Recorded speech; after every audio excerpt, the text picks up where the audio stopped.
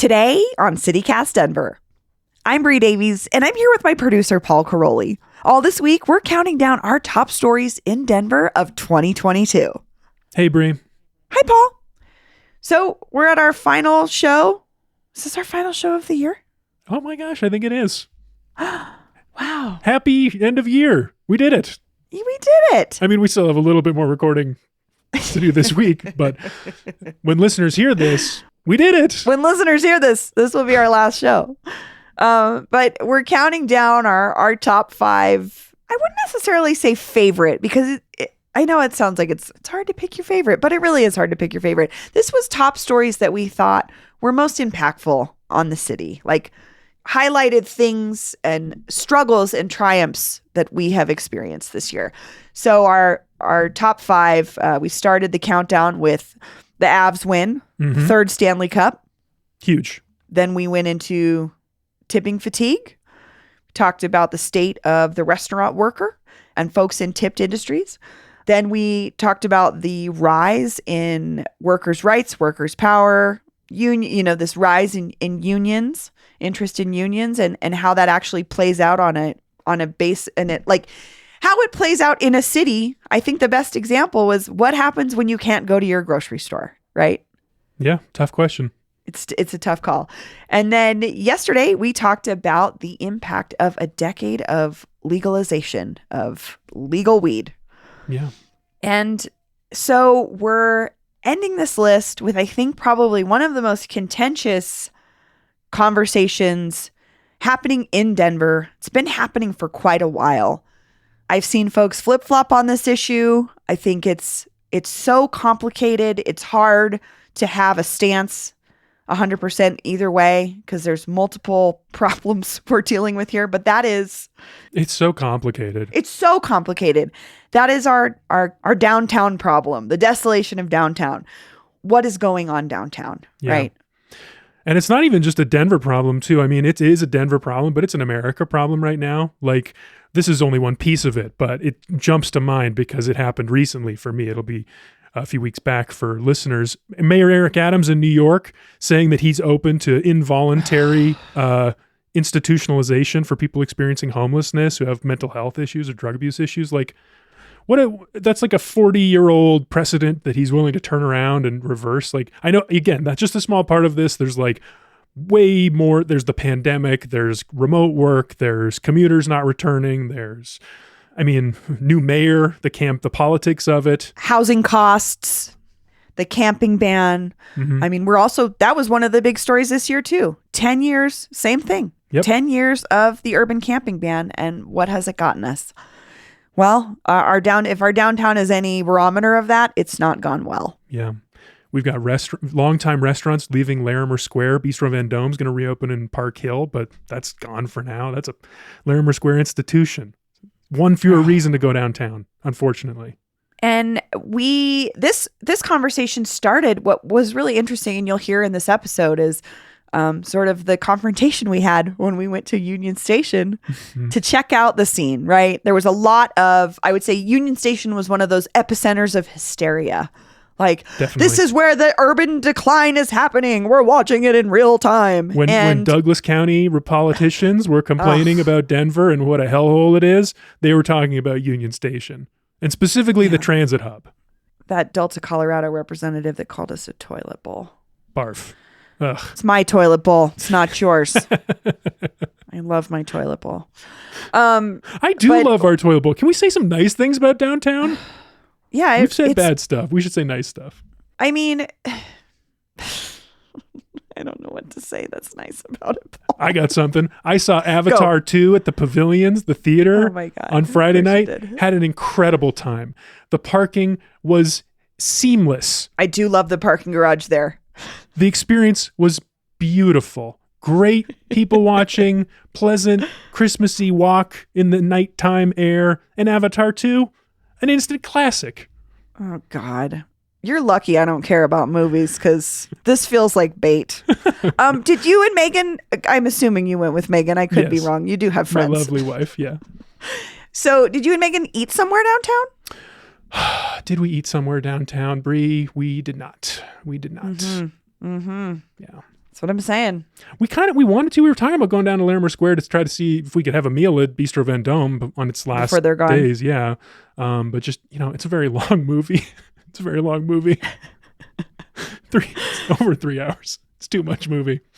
That's a long nap for me. I just would walk right into that theater and fall asleep. Wow. Which would also be nice. Okay. I wish I had something nice to say about downtown. I want to love it. I have complex feelings about it. Okay, well, this will be a conversation we have next year. No. How do we love downtown? You got to say one. Give me one. I'm trying to think, honestly. McGregor Square. I went to that Shining themed bar. It was such a joke. Tamayo has a great patio. I honestly have a hard time, Paul. I want to love downtown. Maybe this is a call to listeners to tell us what you love about downtown, because it's really hard to find somebody to tell you what they love right now. Yeah. And maybe we need a little morale boost. Yeah. But, okay, let's get into this conversation, because what we haven't mentioned is we went down there with our friend Kyle Harris from Denverite, longtime reporter here in the city. Interesting perspective as always. I love Kyle's perspective. Same. I think Great what reporter. I love, he's so open to hearing all the sides. And he's really balanced his reporting around this conversation. And we wanted to wander around Union Station with him to hear from him what he had been reporting on and how he felt about it. And he gave us some great perspective about what we should be looking for in downtown and what we should like about downtown and the problems that exist. And so it was just a really fun, I don't know. I love hanging out with Kyle Harris, and I'm so glad that he was game to do this with us. Our former producer, former CityCast Denver producer, Alexandra McMahon, was also with us before she set sail to Philadelphia. So we had, this show's interesting. Starts out with the confrontation, then we move on and talk more about not just downtown itself, but the physical, like the structure of Union Station and the history of preservation, and it's all the things. It's all the things. Really, really interesting. I'm pretty proud of this one. I don't like to talk about that very much, but I think we did something pretty cool here.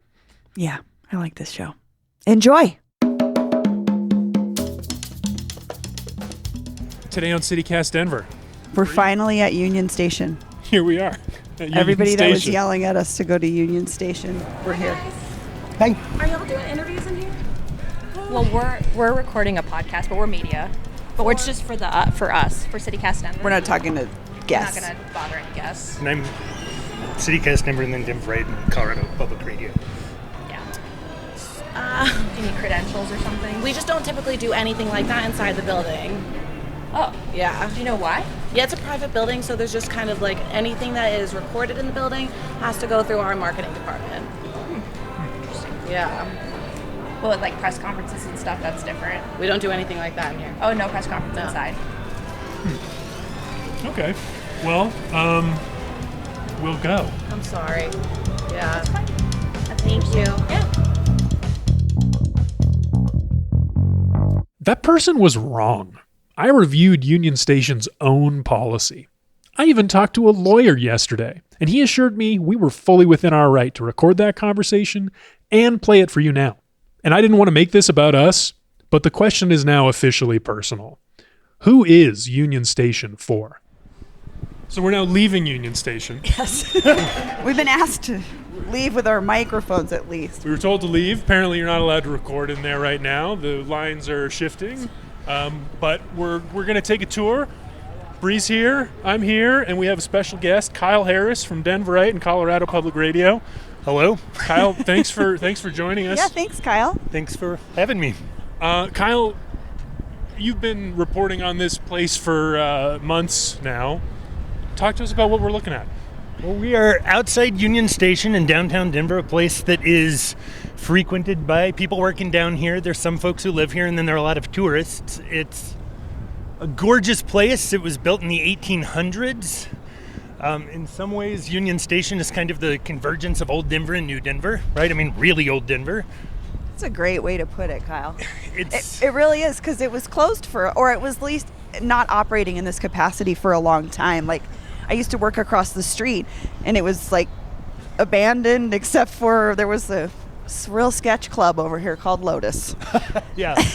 Yeah. I mean, I've been through there back in the day, and you would just sit in there. It was kind of a somewhat sad space. And Dana Crawford, several years back, did this huge revitalization project, brought all these restaurants in, reworked it. The Crawford Hotel's here now. It's in many ways a gorgeous, gorgeous space. When it first opened, I was so skeptical, and I fell in love. Yeah. And, you know, this plaza that we're looking at right here is fountains shooting up in the summer. Kids are out here playing. It's just, to me, this is like it actually is one of Denver's treasures. Yeah. And when people talk about this as like Denver's living room, boosters talk about it as like a crown jewel of Denver, I have to say, I kind of agree. I feel it. I love this place. I think what's interesting, too, is that if you look at the retail aspects of this and the restaurants, it's independent. You know what I mean? It's not like when you're at the airport where there's like Panda Express and McDonald's or whatever. I mean, although our airport is unique in that we have local restaurants, but that's what strikes me when I walk in here.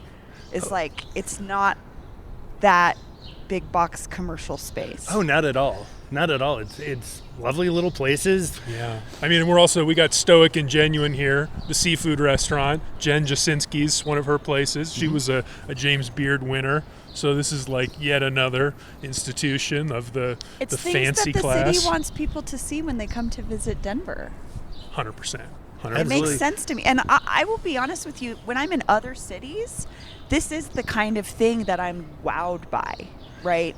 Like I go, I was in, Phoenix, and they have revamped this department store and turned it into a restaurant, and it's gorgeous. Like, that's what this kind of place is. And so I have to look at it from this outsider's perspective. Like, what would I feel if I got off the train from DIA and walked into here? I'd be like, holy shit. Totally. It's nice. It's gorgeous. The other thing to think about with this place is when it was built, Denver was still coming into its own, which also meant, people had been camping down by the river, right? Cheyenne, Arapahoe had been camping there.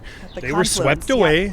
This building is sort of a place-making mission for settler colonialism in some way, and it's like, we are here. This is this kind of magnificent, beautiful Western expansion thing tied to the railroads. Yeah. It was built after the Civil War. It's called Union Station for a reason. It's about uniting people, bringing the country together, kind of in the wake of a genocide. So to me, it's important to think about both, like, what unity historical and context. Sort of a union means, but also, this was a very, in some ways, bleak place. Yeah. And from one side, but then maybe from the other side, like the business community, this is like their favorite story to tell about Denver is the railroad spur. When early Denverites got together, early rich Denverites got together to say, hey, let's build a railroad line down from Cheyenne to Denver and make this the economic center of this new Colorado territory. So it was like pushing out, but also drawing people in at the same time. And that's all here too. Absolutely. That is here too. And I think, the history of camping is one that I think is important when we think about what's happening down here because, there were miners who had come out here with this promise of, oh my God, we're going to the West. We're going to get rich in the West. It's going to be amazing. Many of them found themselves homeless living on the South Platte River. The city at one point, as I understand it, was actually giving people the materials to build their own shacks along the river so that they would have a place to stay. And at one point, according to one book, and I have not gone deep into this, and I dream of doing a story on this, or maybe you all should, they were giving people materials to build boats to actually float their way out of Denver. So this is the 1800s where this very area was already a contested space. Like, who is it for? Is it for, this monumental, beautiful building and the wealthy and the people who are making it here in Denver? Is it for people who are struggling and people who had dreams that didn't come true? And again, I think the dreams that didn't come true, that's a huge thing you see down here. The people who are living behind Union Station, there's the Union Station neighborhood, right? Which is a relatively recent development filled with a lot of apartments and then some condos. In fact, the Coloradan, which is back there, is one of the first condos to be built in town in the last 10 years. And the people who moved in there were sold this bill. You know, you're moving downtown, you're in this beautiful transit-oriented development, there are restaurants, there's culture, there's all this stuff going on. And they came in here with huge hopes. And because the places in there are pretty pricey, a lot of them are retirees who are excited to land in Denver and enjoy this beautiful downtown. And so there have been some conflicts from the Coloradan, from the people living there, and from people living in the neighborhood who were promised this dream of Denver, and ultimately they paid a lot of encountered money people for that living dream. here, and people who were poor, and people who were accessing many of the social services that are zoned for downtown and have been down here for a while. So again, there's a history of dreams here. Let's go walk around the back. We've seen the fancy part up front. Yes. I want to see the clash, because I haven't seen any. I haven't been back there by the wants the terminal clash. since before the pandemic started. It's looking pretty fancy this morning. I came in on the A-line. The A-line was filled. You hear these horror stories about, the A-line is turned into a squat and whatever. You know, the A-line's just filled with commuters.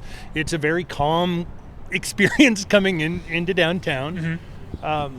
Even with all of the hyperbole around the horrors, crime, the lawless hellhole, all of that, this place has been a fairly nice place to come. And I think, I've lived in other cities.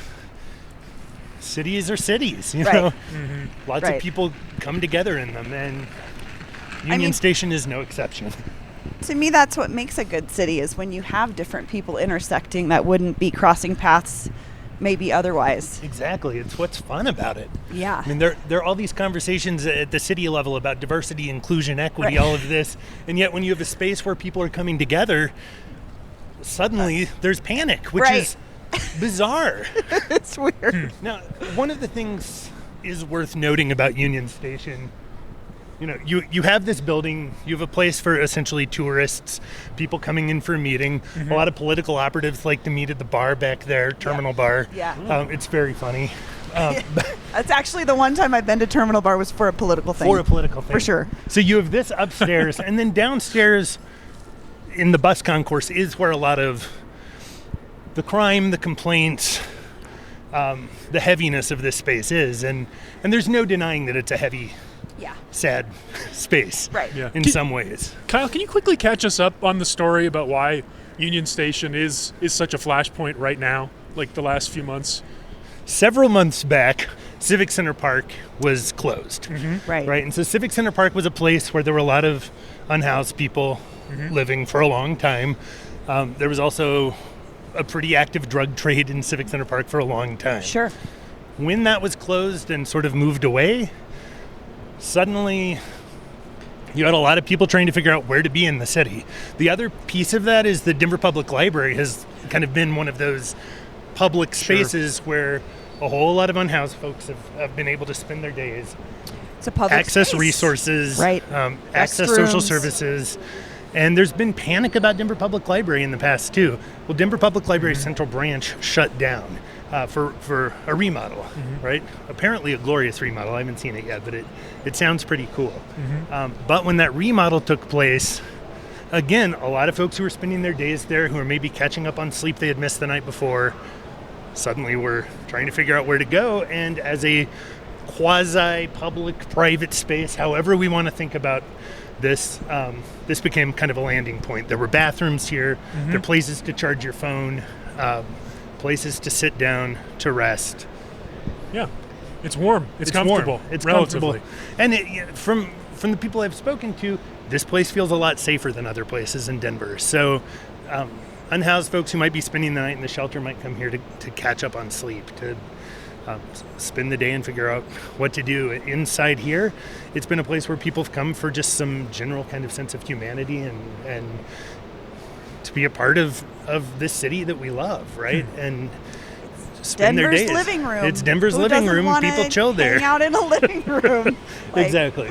So downstairs, it's a different world and a different scene. And there's been a sense that there's been an uptick in drug dealing down there and drug use. We're obviously in the middle of an opioid crisis, a synthetic opioid crisis. Overdoses are way up. And downstairs has been described in a couple ways to me. One is, the city's narrative is this is a place where there are drug dealers and drugs and crime being committed. The way users have described this to me is it's a place where they can use from a pretty insecure drug supply. You don't know what you're using these days. And if you overdose, there might be someone nearby to revive you, which is something that has been lacking in the city and is lacking in a lot of cities. So there's a call from some users I've spoken to and advocates for those users for something like a supervised injection site, and that's a place, or a supervised use site where people can use drugs with medical supervision, where they can be revived. Downstairs right now, the way people are describing it to me is that it's kind of a de facto supervised use site. So there are guards there, people have Narcan or naloxone, they can revive you. People can revive each other and take care of each other. So it's really about safety. Can we go downstairs? We can go downstairs. This is another interesting thing. This building is run in some private-public partnership that I don't fully understand and need to dig into someday. It's complicated for reasons that make it hard for reporters to talk Yes. about. Downstairs is RTD Properties, so we do have to mask down there. Okay. We can go through when I go through that space, I try to go through as subtly as possible, and it's a space to sit and linger. It's not a space I would bring like a big rig, so I will let you all choose Maybe how you feel about recording down there. What you're saying.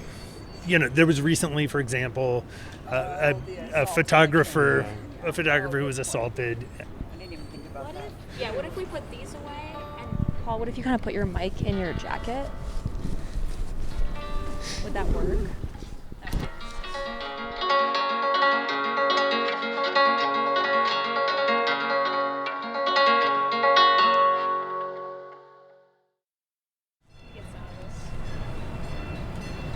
So do you know where they're going to put the turnstiles? I don't. So turnstiles are one of the options. It sounds like that they're thinking about. So it's like turnstile-like is what I've heard. I imagine that they're going to be trying to cut off as many entrance points as possible, from what I'm hearing. So it's worth sort of noting that they're turning this bus concourse area into a ticketed space only, in an effort to prevent people from using in the space. And it's interesting because you think about New York, they compare it to New York. Well, it's not like the subways in New York are free from, say, drug use or other incidents, right? New York, Yes. They're busy public spaces, so it's like a $3 entrance fee. It'll be interesting to see how that plays out. Yeah, wow. This is a very different vibe than I remember from years ago. Yeah, it's, what we're seeing is people sitting around, some waiting for buses, some sleeping, some nodding off. It's definitely a different scene. A lot of the public amenities in here, say like bathrooms people used, have been shut down now for months, I believe. Yeah. Huh. So you were here back in December after the reports of the issues started with your colleague Kevin Beatty, and you all spent, 18 hours at Union Station? 18 hours here, yeah, going back and forth. He showed up at 5 and I left around 10. So, and then we were there. We overlapped quite a lot. We spent a lot of time upstairs, a lot of time downstairs, and some time kind of wandering the neighborhood too. And, spoke to a whole lot of people and heard a lot of different stories and tried to document as best we could. And since then, the police have really cracked down. They've started upping patrols, more people. I see a couple of cops already right now. What's different since then? It's interesting. The thing I'm not seeing right now that we saw over and over again when we were here in December are the local guards, the private guards, going up and down and just like smacking the benches, trying to wake people up. That may be happening. It's just not happening right now. This looks fairly similar to what we saw. The floors were a little grungier. Before they closed the bathrooms, there were a whole lot of folks who congregated back in that area. but those have been shut down. So I was expecting to see more people out in where the buses park. oh, interesting. Yeah. I had that impression from the news coverage that there was like when, you see reports about like dark corners and nooks and crannies and people doing all sorts. The mind races, but I think the dark crannies are like that, like just little corners by the windows there. I don't think there's a whole lot more that I'm aware of, at least. And certainly, like, every time I've seen someone be like out in the area where the buses are, there've been security, law enforcement, ambulances, whatever, taking care of them. So I've not personally seen that at all. It's really just this kind of long hallway with people sleeping and chilling out, probably doing drugs. I've seen some of that. It's kind of people living their lives. yeah. All right, we are approaching the exit by the Whole Foods on the backside of Union Station now. Hey, there's a Jimmy John's here now. Was that always here? Jimmy John's comes and goes as it pleases. Okay, so we're now in a plaza area. It's worth, so there light rail goes back here behind Union Station. If we walk this way, we'll come up to the Whole Foods, to the Coloradan. There are lots of restaurants here. The plazas are kind of on and off spaces people hang out through the day, depending on the weather. And again, it's one of these public spaces that the city is trying to decide what to do with. So if we go over there are going to be some benches, and the benches are fenced off to the public. The rationale folks living in the Coloradan told me was the area was filled with rats. People were setting out dog food, and the rats were eating the dog food. Beyond there were these kind of rectangular structures people would use as benches. Those have been demolished by RTD. So the idea from RTD's perspective is they want to keep this an area where people are flowing in and out and not lingering, if that makes sense. Out of safety concerns is what they say. So speaking of the flowing in and out of this place, we are here. It's like 8:30 in the morning. We wanted to be here at rush hour. Yeah. This is a transit hub. I wanted to see crowds and bustle and hustle. I don't know. I've never commuted through Union Station. I didn't know what to expect, but I expected more people than what we've seen so far today. Seems kind of quiet for a Thursday morning at rush hour. I will say at 8 o'clock or at 7:45 when I stepped off the A line, there was a crowd of people rushing out. Maybe They vanished fast. It's quick. They commuted, they came, they went, that was it. Maybe they went in and bought coffee, the line was long. Yeah. They got breakfast. But people are moving through the space pretty quickly because they have places to go generally, right? If you're using transit, you're not just coming to Union Station to chill most days unless it's the holidays or something. We've had a lot of people sending in comments and questions about Union Station since we've been talking about it. And among the strong encouragements for us to come and see it for ourselves, one person told me something that I had never heard before about some of these nice residential buildings. They said that when Union Station was initially renovated, there was a plan to let residents Airbnb their units. So I guess there's some special dispensation in this area or for some of these buildings to, support Incentivize tourism people, but now some of these buildings see that as a more profitable revenue stream than long-term leases for residences. So there's more and more Airbnbs and specifically the Central that building is what this person wrote in about, just a block that way. Yeah. And he said that's he was interested in the effect on the community of greater percentage of Airbnb units versus residential units. That is fascinating and something I know nothing about in this particular area. I mean, the city has... That bums me out so hard. It's surprising to me. It's very surprising. But it gets to the root of it, too. It's is this a community? Is this a place where people live and work and spend time? If you talk to folks who live in areas or buildings that have high concentrations of Airbnb, it's not a community. Yeah. How would it be? Yeah, I can imagine wanting that. I have not heard that complaint from the residents I've talked to down here. The residents I've talked to, a lot of them are part of the Lower Downtown Neighborhood Association, LaDona, part of this Safe, Clean, Compassionate Committee that has some pretty strong ideas about how to address issues down here. That group very much feels like a community. They go out on neighborhood dog walks together. They're organizing politically together. They see themselves as, a group that's really taking on the power structure in the city and see themselves as people who want to reform and change this area. A lot of their ideas have to do with law enforcement and arrests. And, over the last, just in 2022 alone, we've seen 700 arrests around this bus concourse area. 700 arrests in one spot, to me, feels like quite a lot. Their campaigns are working. Right. I was going to say something that Patty Calhoun pointed out on our show recently was, well, if you send police out to any area where there's a concentration of people, you can arrest people if you want. So is it really that crime or that is matching, or is it because we're sending police there? I don't know.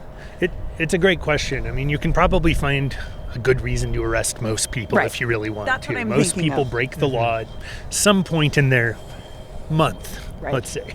Okay. Traffic laws, accidentally loitering, certainly public drunkenness is a thing you see and have seen for a long time down here. Yeah. So we're talking about crime. We're talking about the 700 arrests, and that was a number that Mayor Michael Hancock announced yesterday here at a press conference. Kyle, you were there. What is the latest from the mayor on this? So the mayor's take very explicitly is that what we're seeing here is not a homeless issue. It's not homelessness that we're seeing. What we're seeing is sickness, is a drug crisis, is ultimately, I think all that comes down to crime. From the mayor's perspective, he wants authorities in the city to stop viewing what's going on down here as an issue with homelessness. And he said that very explicitly to me, which I thought was interesting, and a little bit of a different message than I've been hearing from Chief Pazin, who talks a lot about services. I was going to say, there's this now, the narrative is service-resistant people. So it's not that people are unhoused, it's that they don't want the services provided. Service resistance is it's one of those words I think George Orwell would have hated. The sort of government speak. Service resistance to me means that the services that are being offered Are not meeting. Don't work. They don't work for that person's circumstances. Now, I think most people who talk about service resistance will acknowledge that in the case of someone who's dealing with serious addiction, the services require sobriety, and sobriety is really, truly not a medical option for some people. Right. Yeah. I mean, addiction's addiction, right? Well, that's the frustrating part to me about what the mayor was saying yesterday about this not being a crisis of homelessness was, well, we have solutions. I mean, there's opportunities to serve folks in a better way, but that they're just not being talked about, So from the city's perspective, and I'll I appreciate give a little that, love to them and their perspective. The city makes the argument that they have shelter for any given person who's living on the street at any given moment. People I've spoken to with hosts say, yes, technically they can activate or open enough shelter beds for everyone in the city. Those are not currently activated. There are a lot of situations that people might be in where it's not so easy to access shelter. Let's say you're in a relationship, you're living with your partner. You have a dog. You have a dog. You have a service animal even. There are questions about whether folks like that can access shelter from what I'm hearing. Yeah. There's also the question of requirements around sobriety at some spaces that make this a non-option for some people in their current state. And then there are questions about the safety of the shelters. And, from talking to a guy down here in December, he was talking about having his stuff taken at the shelters and feeling much safer here than there. And as long as you don't get into a fight with a dealer essentially here, you're probably going to be safe, was his take. So there are services available. The city is not lacking in resources. The city has resources. The question is whether those services fit the person. I was talking to Anna at Denver Homeless Out Loud, and the way she put it, I thought was so smart, which is she was talking about how if you have size 11 shoes and someone says, well, I'm going to give you shoes, they're size 6, there's nothing you can do with that shoe. I thought that metaphor was really powerful, and she probably said it better than me too. That's not a metaphor, by the way. Like, that literally happens at shelters. Yeah. I spend time at St. Francis Center on Fridays, and sometimes I work the clothing room where I distribute pants, and like everyone wants jeans, and guess what size jeans we get donations of? Huge ones, small Tiny ones. Yeah. The ones that are like average sizes, those go fast. Wow. And then when people come in and they say, I want to size a pair of 32 jeans, I don't have them. Wow. And so what do? Like, I have a pair of 48 jeans. You want some giant-ass jeans to wear around? No, that's just going to be another problem for you in your day. Wow.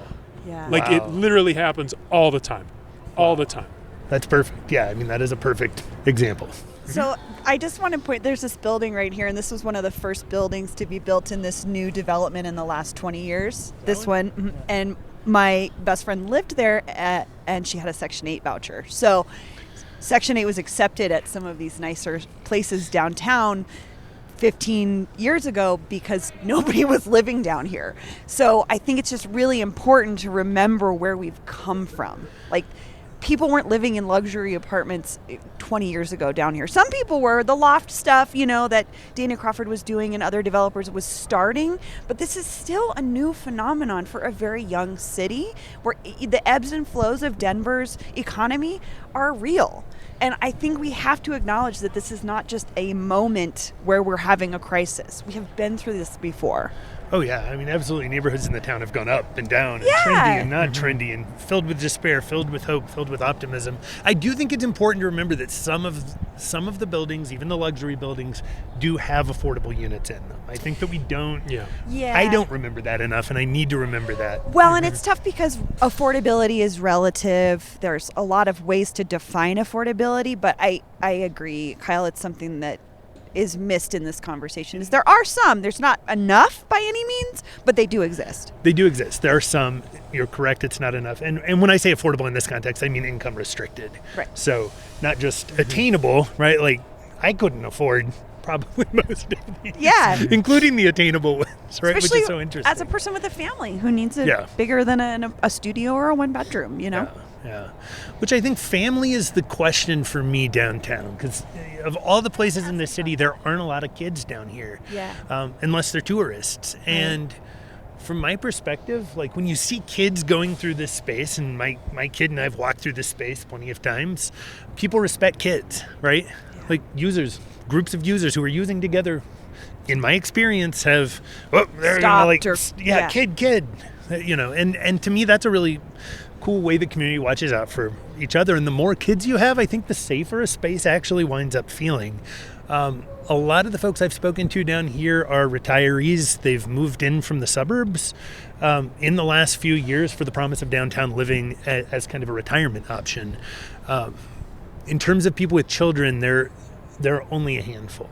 And from my perspective, that has to do with affordability. Yes. It has to do with the size of units that are being built. And it does have to do with safety ultimately, and whether people feel like this is a place where they can raise a kid. And I think that creates a certain culture that is a lot more tense. Yeah. That's a good point. Well, I feel like we've been talking for a while. I think we could probably go all day here. This is such a fascinating place. We've been talking about this for months. We have not been here. We just saw it. Yeah. Kyle gave us a guided tour, told us about his reporting. Do you feel differently about Union Station? No. I don't want to be too precious about this, but looking at the folks downstairs, many of them obviously are on something or maybe are using in that moment. I see people I love in those people. I see my friends that have struggled with this. I literally see the type of person that I know. And I can't separate that. They aren't othered to me. Those are people that I know in real life. And that just reaffirmed it for me. I knew exactly the kind of person people are describing when they describe users. And I take it very personally because people who use drugs are my friends. And that's what I saw down there. Well, Kyle Harris of Denverite, Colorado Public Radio. Thanks for joining us on Thanks, CityCast Kyle. Denver. Thanks for having me. This is It's been a awesome. pleasure. I'm a huge fan of yours, so this is nice.